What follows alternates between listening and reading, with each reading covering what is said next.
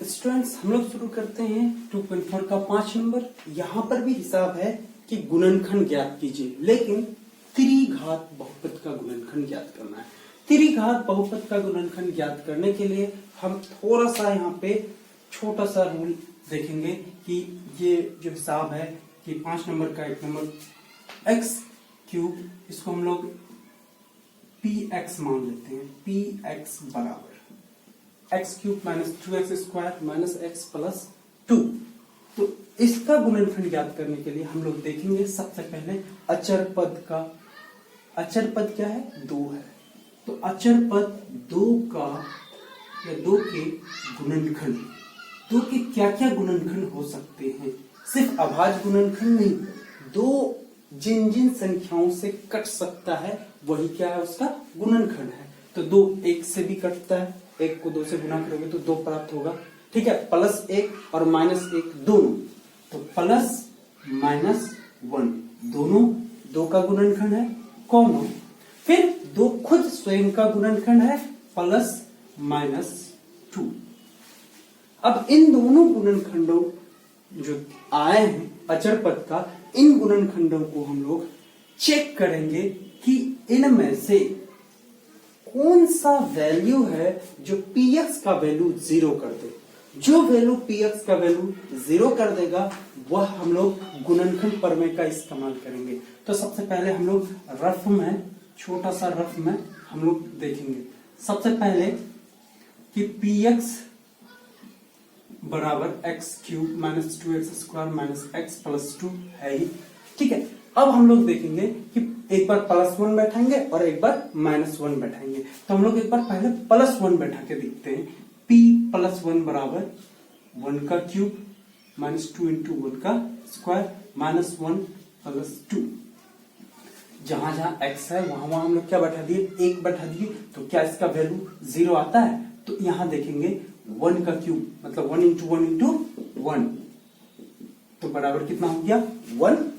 अब देख लीजिए 1 का स्क्वायर 1 होता है, 1 को 2 से गुना करेंगे तो -2, फिर या तो -1 है ही प्लस 2। अब देख लो प्लस वाला को एक तरफ जोड़ते हैं, माइनस वाला को एक तरफ, 2 और 1 प्लस है 2, 3 -2 -1 -3 बराबर 0। इसका मतलब P1 बराबर 0 आया।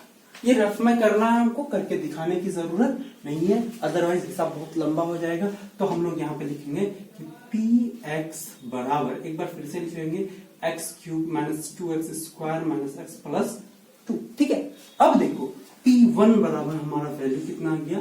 p1 बराबर 0।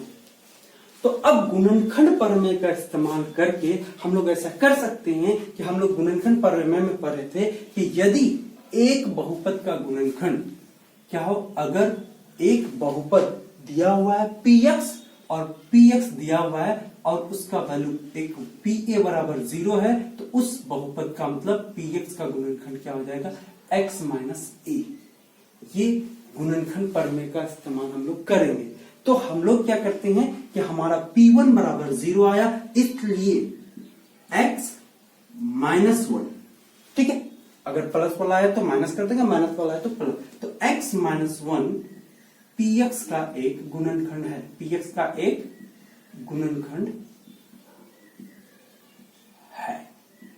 अब जो सबसे ज्यादा जरूरी है, अब हम फिर आगे चलेंगे कि px बराबर हम लोगों का क्या है? X cube minus 2x square minus x plus 2। ध्यान दीजिए कि हम प्रथम पद और अंतिम पद मतलब पहले वाले को और लास्ट वाले को नहीं बदलते हैं, सिर्फ बदलते क्या है? बीच वाला। बीच में क्या है? एक्स स्क्वायर वाला पद और एक्स पे पावर 1 वाला पद, इनको बदलते हैं। कहते ख्याल ये रखेंगे कि हर बार हर एक्स माइनस 1 आया है तो हमारा एक्स माइनस 1 कॉमन में बचना चाहिए। तो पहले हम सेटिंग करते हैं, थोड़ा सा ध्यान से देखिए, इसको कुछ भी नहीं करना है। एक्स क्यूब है तो एक्स क्यूब लिख देंगे। अब माइनस 2x स्क्वायर है, वैल्यू माइनस 2x स्क्वायर रहना चाहिए, बट इसका हम शकल चेंज कर सकते हैं। कैसे करते हैं? अब ध्यान दीजिए कि यहाँ एक्स क्यूब है और यहाँ एक्स स्क्वायर है। एक्स क्यूब और एक्स स्क्वायर अगर हम कॉमन ले लेते हैं नहीं, एक्स क्यूब और एक्स स्क्वायर में तो एक्स स्क्वायर अगर कॉमन लेते हैं तो यहाँ एक्स तो बच जाएगा, लेकिन यहाँ क्या बचना चाहिए, माइनस। तो माइनस हम दे ही देंगे। 1 बचने के लिए क्या लिखना होगा, एक्स स्क्वायर तो हमारे पास कॉमन आ जाएगा, तो इसका मतलब 1x स्क्वायर, मतलब 1x स्क्वायर मतलब एक्स स्क्वायर।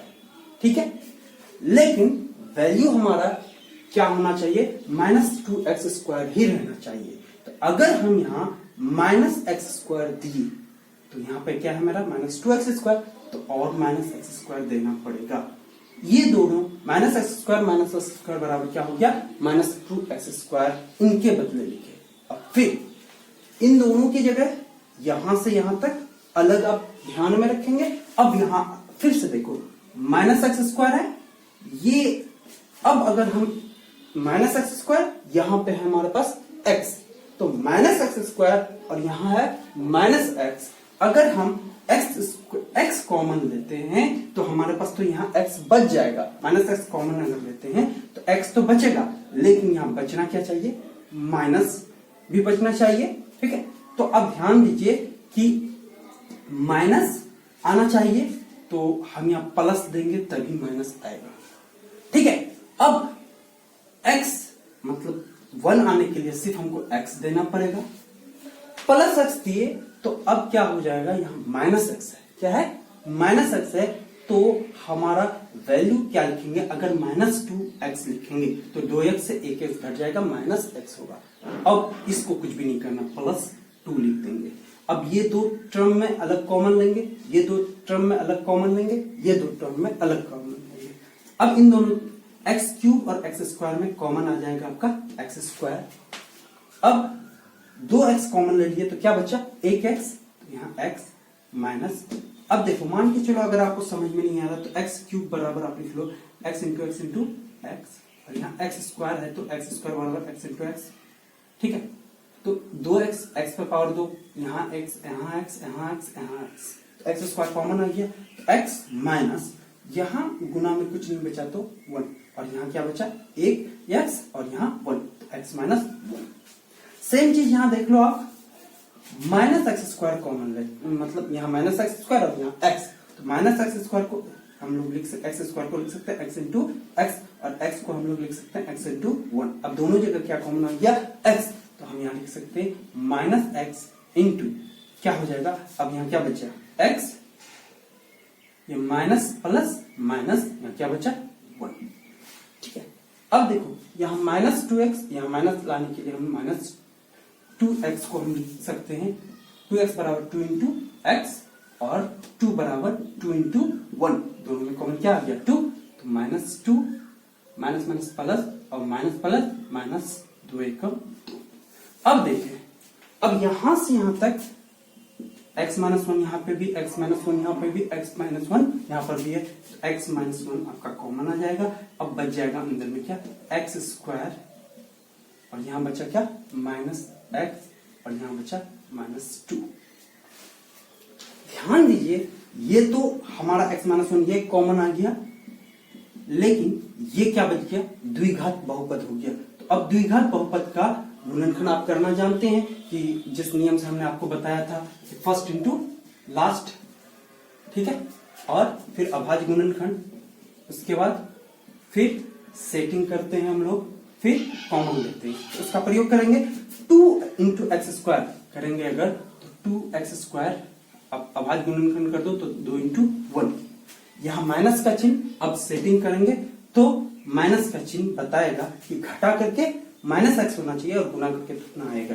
अब देख लो x स्क्वायर, अगर हम करते हैं यहाँ पे -x प्लस 2x, 2x से 1x घटाएंगे सब तो प्लस में आ जाएगा, इसलिए यहाँ पे माइनस का चिन्ह है तो बड़ा वाले के साथ माइनस देंगे, छोटा वाले के साथ प्लस, गुना करके उतना ही, 2x माइनस में, 1x प्लस में, -x और -2 तो रहेगा। अब आप आगे देख लो, x -1 इंटू, इन दोनों में कॉमन लो, एक्स स्क्वायर बराबर x इंटू एक्स, और x बराबर x इंटू 1, दोनों में कॉमन क्या आ गया, x कॉमन आ जाएगा, यहाँ x और यहाँ प्लस 1 बच जाएगा।